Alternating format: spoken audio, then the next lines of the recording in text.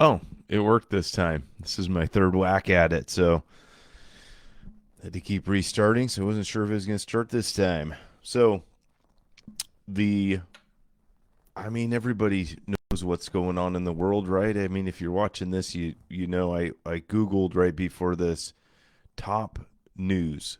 That was the whole term I used, top news, and it goes through six different news sources. It just shows me a little blip on. Um, Actually, I wonder if I could try this. I've never done a screen share on here. I don't know how to do it. Anyways, the top news. So I'll just read it to you. Al Jazeera: Trump threatens tariffs over Greenland, calls it vital for security. CBS News: New details released on fatal Minneapolis shooting of Renee Good by ICE officer. New York Times: CIA director meets with Venezuela's interim president in Caracas. So there's, three things that we all, like these are all big things going on that are people are riled up over. I mean, all three of these are enough to cause you emotional fatigue.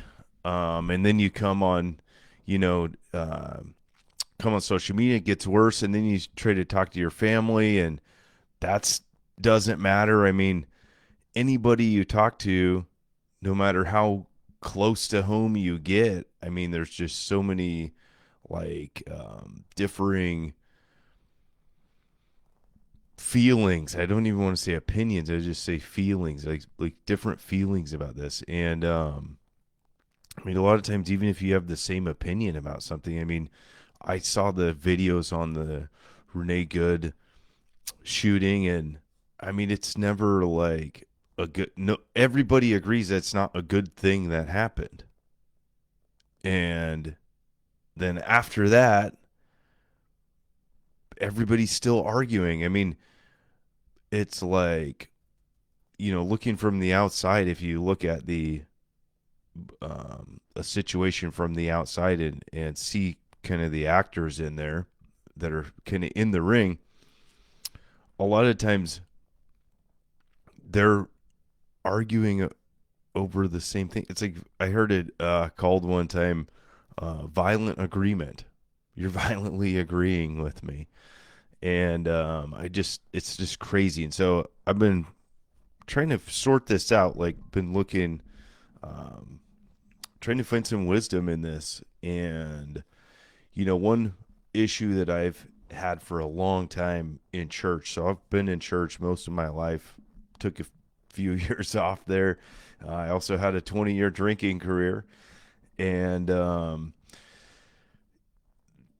one issue that I've had is that um, the underlying truth is that we don't trust, and I see we as a whole, like Christians, we don't trust God, even though we say that we trust God. And what does that mean to trust God? And you can read stories throughout the Bible of like Job and um, just all kinds of stories of people that trust God. I'm reading this book right now called Practicing the Presence of God. I think that's what it's called, The Practice of the Presence of God. And the character in the book, his name is Brother Lawrence, who was a real person in the 17th century. And he was a monk of some type. And he essentially gave his whole life, it said no matter what situation he was in, he trusted God. So no matter if it was a good day, bad day, no matter what anybody did to him, no matter what situation he was in, still trusted God. And so I'm trying to sort out like what that means to us now, or how that is applicable to me nowadays in the time that I'm living in 2026. Today is January 16th, 2026. And so I'm thinking about this, and what comes to mind where, we let me qualify this real quick, and then I'm just going to talk about these scriptures. I don't want this to last too long.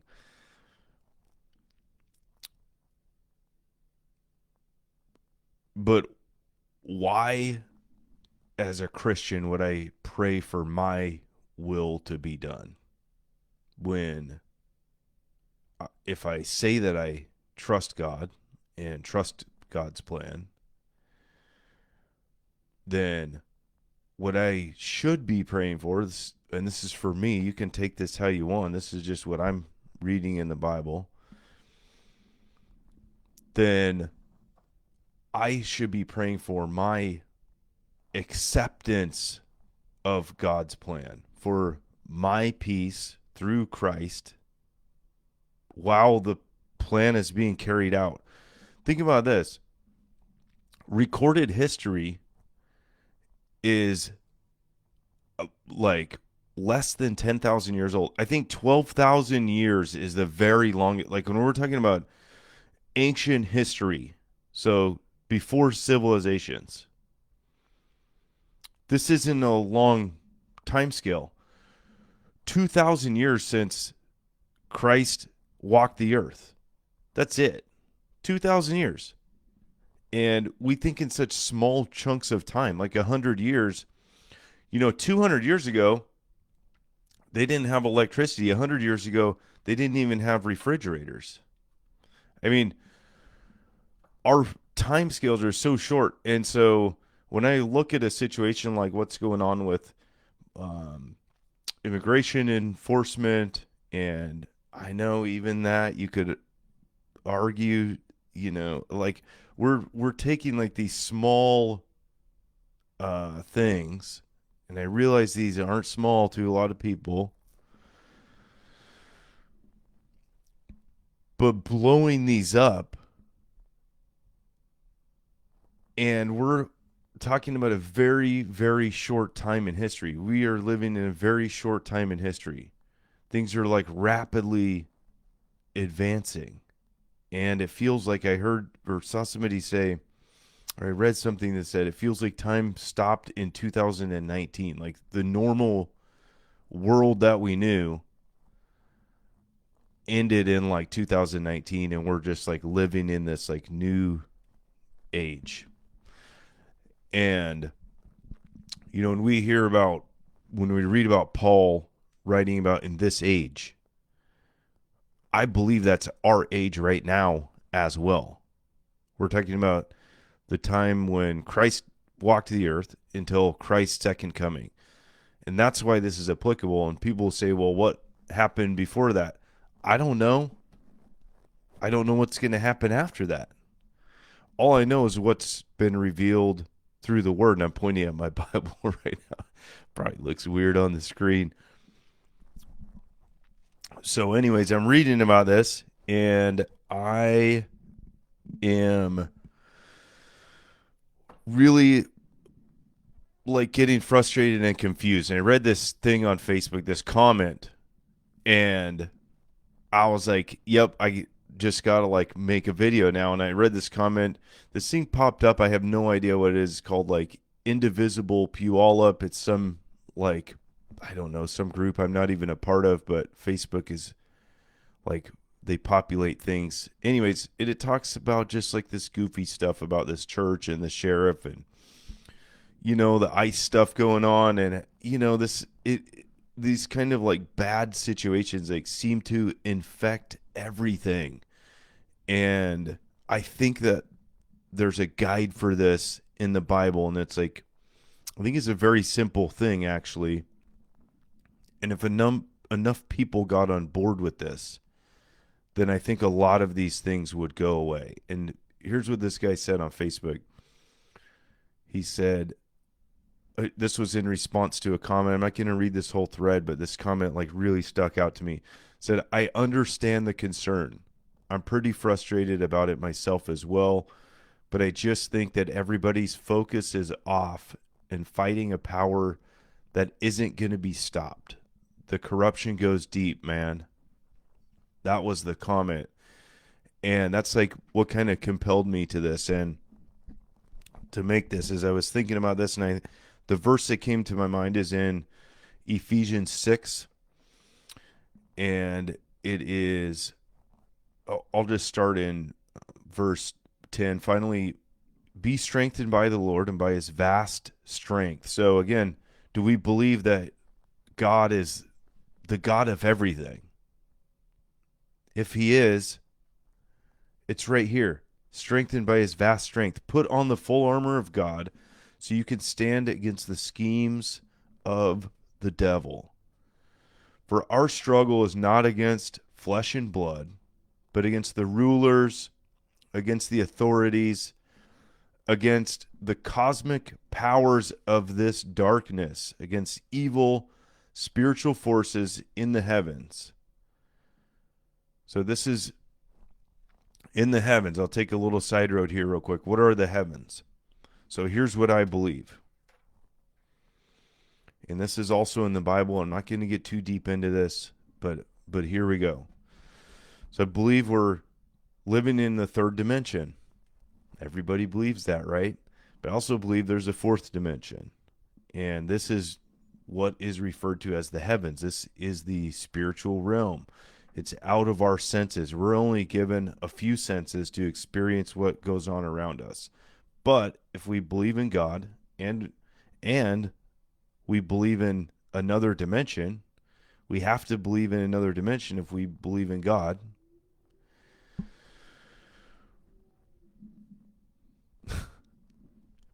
But I believe that we are living in a projection of the fourth dimension. And the precedent for this is set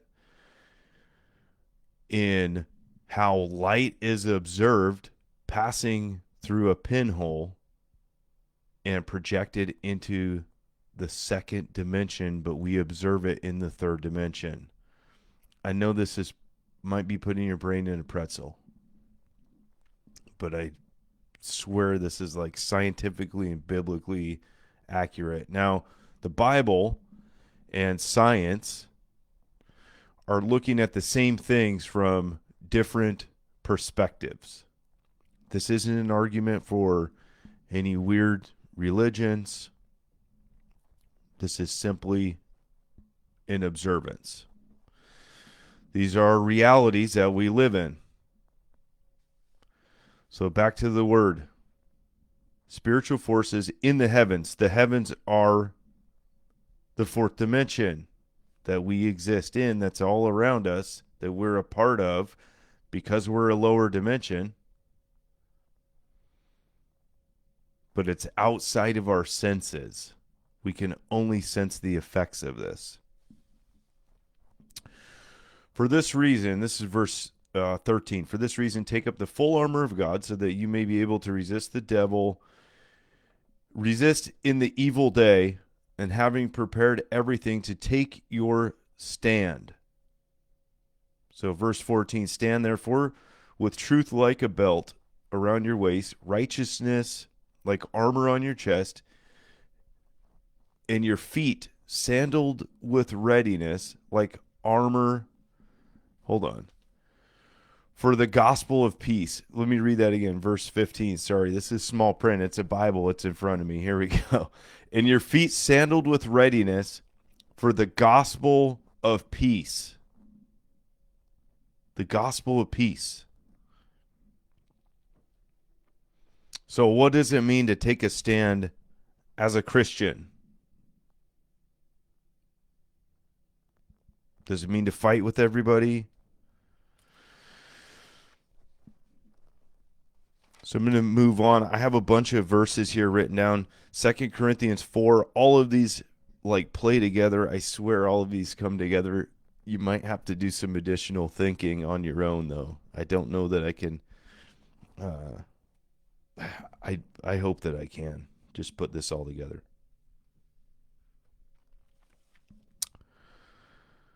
Listen to this. The light of the counsel is what the heading is here. 2 Corinthians 4. Therefore, since we have this ministry, because we were shown mercy, we do not give up. Instead, we've renounced secret and shameful things, not acting deceitfully or distorting the word of God, but commending ourselves before God to everyone's conscience by an open display of the truth. If the truth is the word, and we're living by the truth, then we need to have an open display of the truth. If our gospel is veiled, it's veiled to those who are perishing. In verse 4, here we go. In their case, the God of this age has blinded the minds of the unbelievers to keep them from seeing the light of the gospel of the glory of Christ, who is the image of God.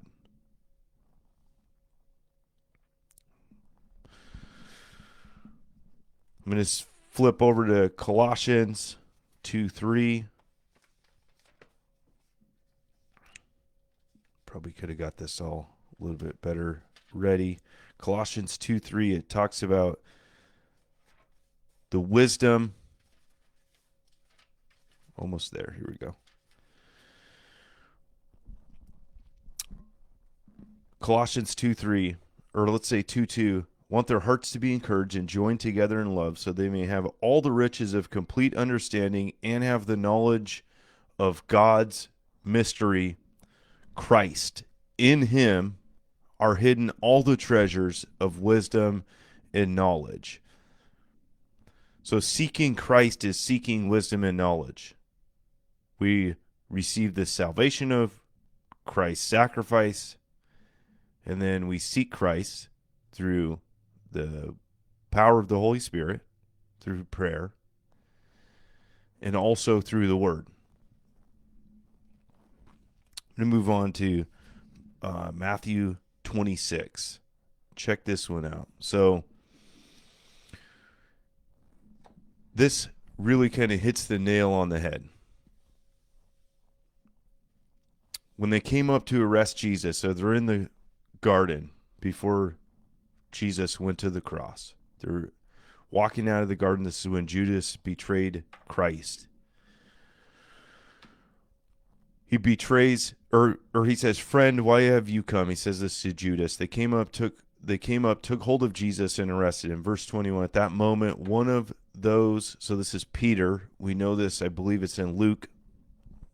With Jesus, reached out his hand and drew his sword, struck the high priest's servant, and cut off his ear. I believe the high priest's servant is like Malchus or something like that. I don't know. It's irrelevant. But here's what Jesus said. Pay attention to this. Jesus told him, put your sword back in its place, because all who take up the sword will perish by the sword. Further down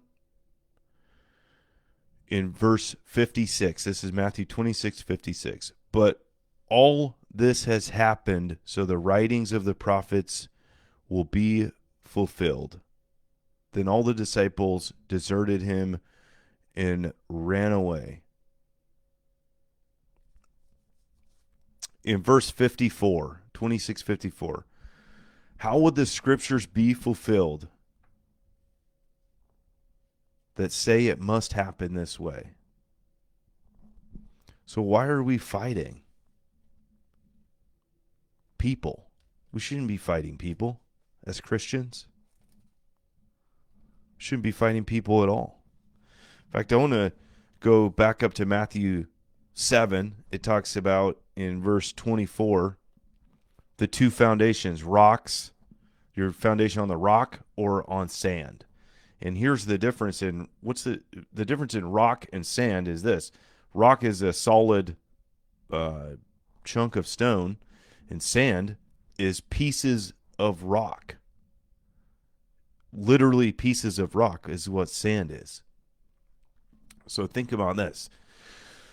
Is your rock the true gospel of Christ? Or is it pieces of the gospel? The sand, the shaky sand, if your foundation is breaking under the pressure, then it's not solid rock, it's sand. I mean, this is a very easy way to tell this. This is like a practical way. If you are unable to resist the devil, and you can't avoid entering into an argument with somebody over any of the three news stories that I read, then I mean, I'll go on a limb and say your foundation's not on the rock. Like, it's that simple. Very, very simple test right here. It's either on the rock, and this is the words of Jesus Christ. I'm not making this up. Verse 24, everyone who hears these words of mine and acts on them, there's an act there. There's an action and acts on them. Will be like a wise man who built his house on the rock. The rain fell, the rivers rose, the winds blew and pounded the house, yet it didn't collapse because its foundation was on the rock. Now check this out. Everyone who hears on these words of mine and doesn't act on them will be like a foolish man who built his house on the sand. So what I'm saying is, act on these words. Go to Ephesians 6 again. Galatians 5, the fruit of the Spirit. Like Jesus also talks about like the fig tree only produces figs. Like that's also in Matthew 7. I mean, just go further up. You'll be on guard against false prophets who come to you in sheep's clothing, but inwardly are ravaging wolves. You'll recognize them by their fruit. Are grapes gathered from thorn bushes or figs from thistles? In the same way, every good tree produces good fruit, but a bad tree produces bad fruit. I mean, these are the words of Jesus, and I'm just like blown away by this. That this is like, not like, this isn't even a debatable thing to me. This is like very night and day. Check this out. Isaiah 55. And I think this is where I'm going to end this buddy out. Isaiah 55. For my thoughts, this is 55:8. For my thoughts are not your thoughts, and your ways are not my ways. This is the Lord's declaration. For as heaven is higher than earth, so my ways are higher than your ways, and my thoughts than your thoughts.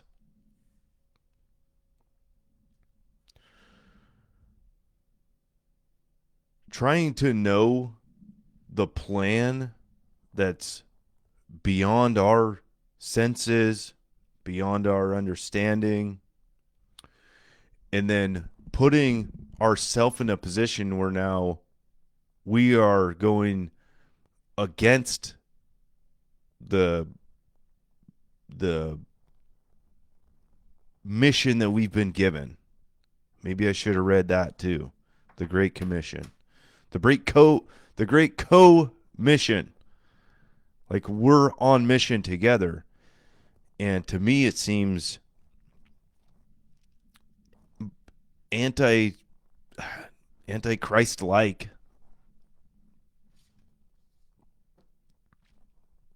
To be fighting with our neighbors, with other people who are also trying to figure this out and sort this out. I think it's a bad plan, and I am definitely not the judge of anyone or anything, but I do know what it says in the Bible. And I don't want to be on the wrong side of the word.